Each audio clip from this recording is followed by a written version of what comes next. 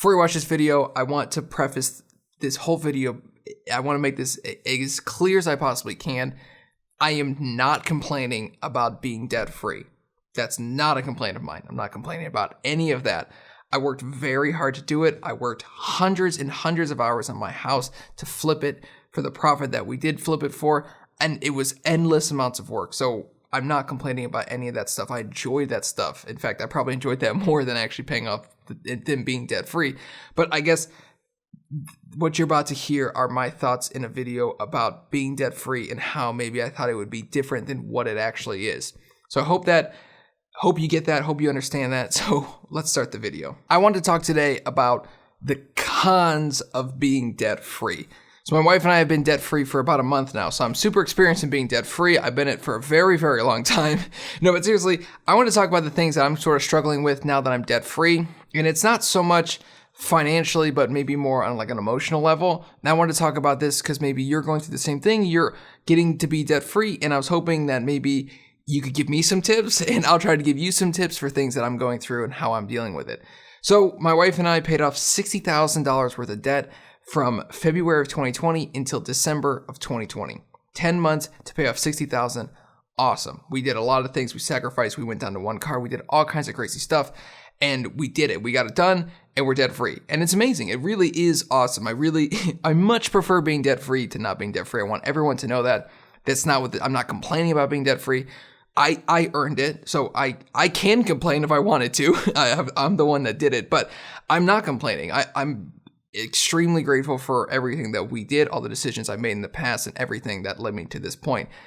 But I wanted to talk about some of the cons that I'm not noticing, but sort of maybe the pressures that I'm feeling. Now that my wife and I are debt free, I wanted to talk about sort of what the things are that maybe I thought would be a little bit different, and I'm kind of seeing them as cons. So the first thing would be my inability to spend money.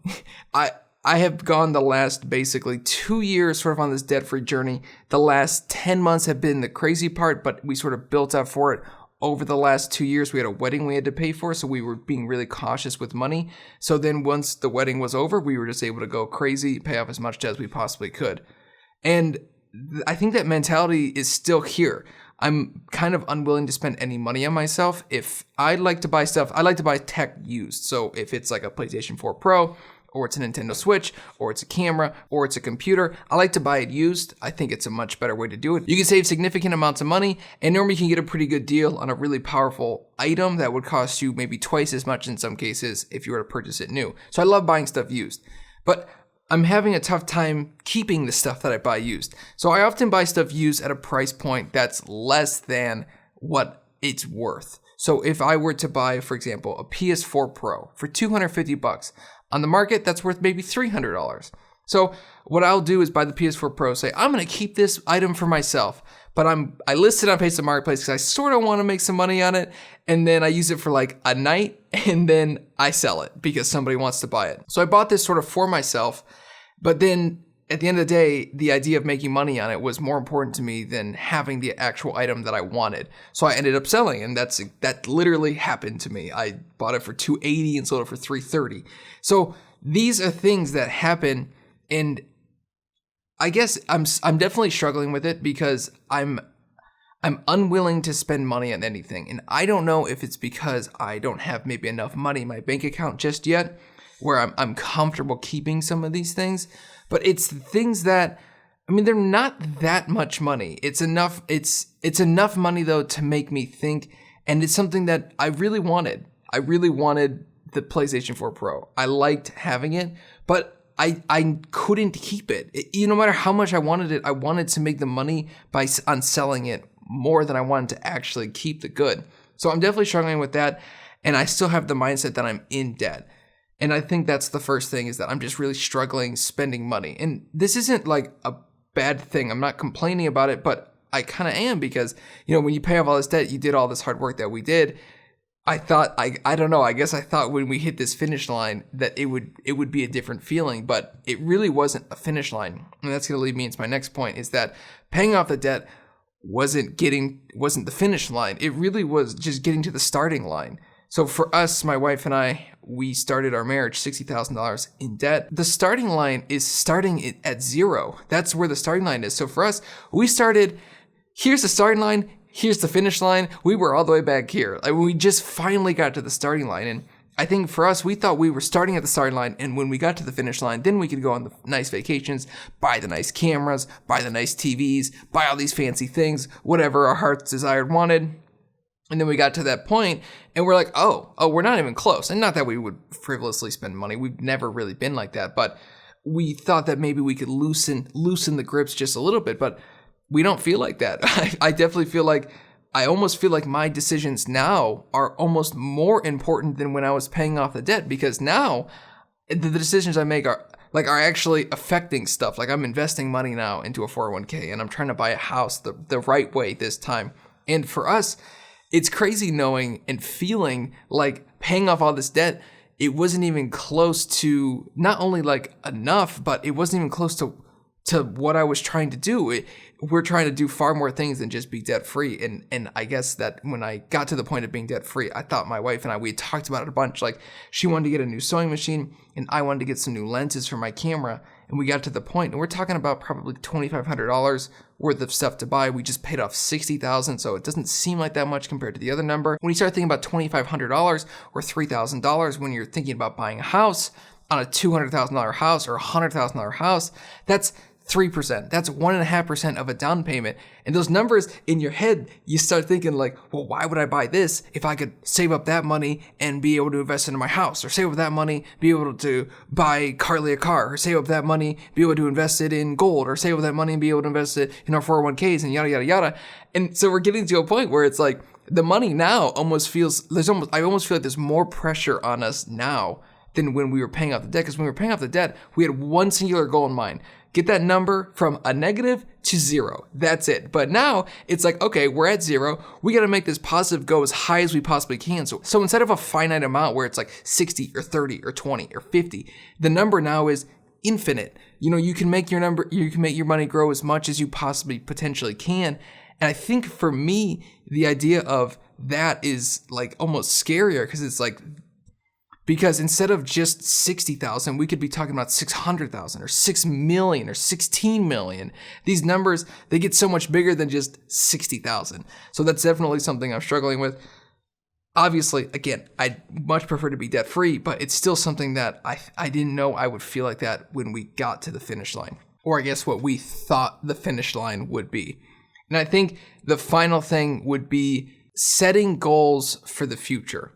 We obviously want to do certain things. We want to buy a house. We want to be able to put down at least 20%, have the home paid off within 3 years. We're planning on having kids in the next 3 years, and I really would love to have the house paid off before the kids arrive. And so there are like certain number goals that we're trying to hit, but as sort of mentioned in the last point, it's not finite.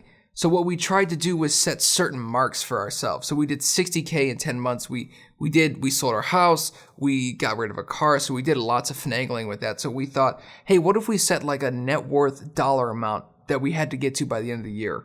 And it's January 27th, and that already isn't doing it for me, because it's not enough. Not that it's not enough money, but it's just sort of an arbitrary goal for us. It doesn't mean anything. If we hit it, if we miss it, whatever, life goes on. You know, it's not like the interest is accruing negatively. It's not going to negatively affect us. Like, yeah, it could potentially negatively affect us in years and years to come. But for us, I feel like we're doing this so young. As long as we're investing and we're saving our money decently, we're going to be fine.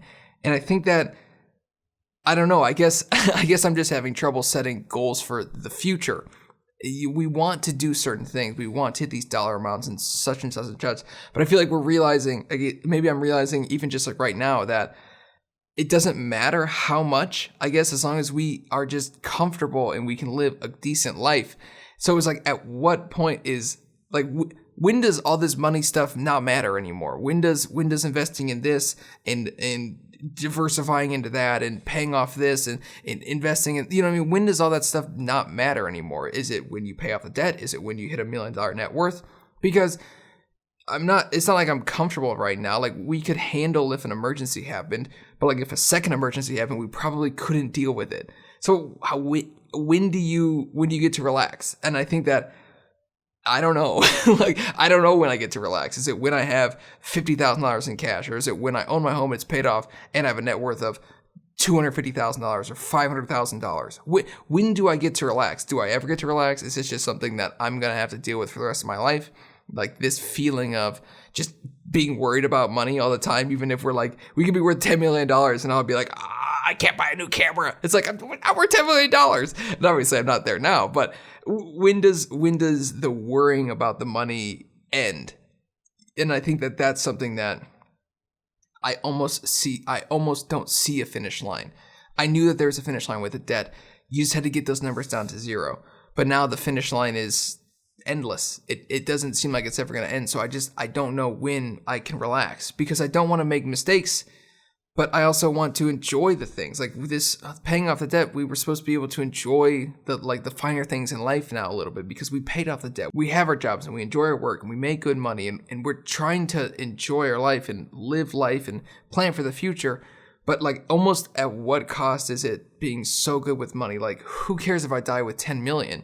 But if I'm not good with money now, I might get to a point where I can't retire, so I don't know. It's frustrating, because I feel like there's no finish line now. When we were paying off debt, there was the finish line, and we followed Dave Ramsey's steps, and looking at his baby steps now, they're good, but they get a little fuzzy. It's, you'd save up for a down payment on a house, save 3 to 6 months worth of expensive, pay the house off, invest in kids' college fund, and live and give like no one else. That's what he says. But how do I do that if I'm afraid to spend money? How am I able to live and give like no one else if I can't even justify buying something that really, when it comes down to it, is not that much money? I mean, a couple $1,000 after paying off all this debt and our jobs that we have, and we don't really spend any money on anything. It's not that much money. It's a lot of money, but it's I'm not gonna look back and be like, oh my God, dude,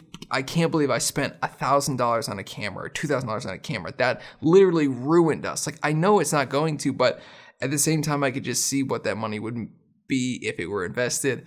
I don't know. I guess I'm just sitting here complaining about it. I just wanted to talk these things through, because maybe you're going through the same things, and hopefully you understand that. I feel like I didn't offer any advice in this whole video. I try to be helpful, but this one was more of just me complaining. I don't want to sound like I don't enjoy it.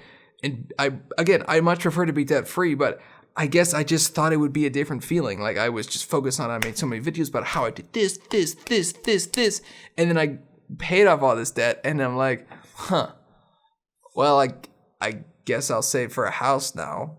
I guess I'll invest into a 401k. My company's got a decent match. Like, that's so lame. Is that really just the fit? That's it? I don't know. So let me know your guys' thoughts, why I'm just a little crybaby millennial whose life is too good. I hope this didn't come off like that. I really didn't want, I don't want anybody to think that I'm ungrateful for what I've done, but I made the sacrifices. I had to do all the work. I had to flip the house. I had to do hundreds of hours worth of work in my basement and in the bathroom and all throughout the house. So I earned it. But I guess maybe I enjoyed the journey more than the actual finish. I really look back at those moments and realize that was probably more important. The journey was more important, and talking about what it's going to be like to have our debt paid off than actually paying it off, because the feeling of it was great. It was a nice weight off the shoulders, but after a while, just sort of empty. It's like, okay, now we have no debt. Now what? So I hope maybe you're in a similar position, and maybe you could give me some advice. This isn't just one way. I don't have to just give you advice. I'm hoping that maybe you could talk some sense into me, and maybe, I don't know. I guess I don't know what this video is, but I hope that you enjoyed it, and I hope that, I don't really know what else to say. All right, so thank you for watching the video. I'll see you guys in the next one. Peace out.